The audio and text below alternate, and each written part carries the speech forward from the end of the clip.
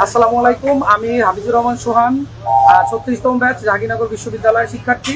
আজকে দীর্ঘ 33 বছরের দীর্ঘ অচলায়তন ভেঙে আজকে জাকসু নির্বাচন অনুষ্ঠিত হতে যাচ্ছে। কিছুক্ষণ আগে জাকসু নির্বাচনকে কেন্দ্র করে কিছু অনাকাঙ্ক্ষিত ঘটনার সৃষ্টি হয়েছে এবং তা নিয়ে একটি কুচক্রী মহল, বিশেষ করে জামাত শিবিরের বটবাহিনী, এটিকে নানা রকম ভিন্ন খাতে প্রবাহিত করার জন্য এবং তাদের সংশ্লিষ্ট কিছু মিডিয়ার মাধ্যমে ভুয়া তথ্য ছড়াচ্ছে। সেই বিষয়টি পরিষ্কার করার জন্যই আমার আসলে লাইভে আসা। আমরা আসলে নির্বাচনকে কেন্দ্র করে আমরা কয়েকদিন আগে থেকেই জাহাঙ্গীরনগর ক্যাম্পাসে আমরা আসা যাওয়ার মধ্যে ছিলাম। আমরা দেখতেছিলাম কিভাবে নির্বাচন অনুষ্ঠিত হয়, মনিটরিং করার জন্যই আসলে আমার ক্যাম্পাসের পদার্পণ। এক্ষেত্রে কেন্দ্র করে বিভিন্ন হলেও আমরা আসলে এর আগে কয়েকদিন আগে থেকেই আমরা হলে যাতায়াত, ক্যাম্পাসে বিভিন্ন জায়গায় বসে আড্ডার সংগঠন ঘটে।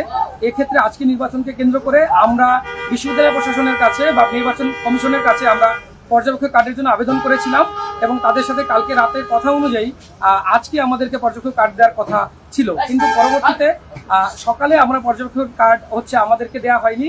এর প্রেক্ষিতে আমার একটি কার্ড হলে থাকার কারণে আমি ওখানে কার্ডটি আনার জন্য আমি ওখানে গিয়েছিলাম। সেখানে সাংবাদিকবৃন্দ এবং নির্বাচনের সংশ্লিষ্ট যারা, যেহেতু আচরণবিধিতে ভোট কেন্দ্রের, যেহেতু প্রতিটি হলেই ভোট কেন্দ্র, সেহেতু হলের সামনে যাওয়া বা এখানে সাবেক শিক্ষার্থী হিসাবে যেহেতু আচরণবিধি ভঙ্গ হয়, সেই প্রসঙ্গটি উঠে আসে এবং আমি আমার অবস্থান তাদের কাছে ব্যাখ্যা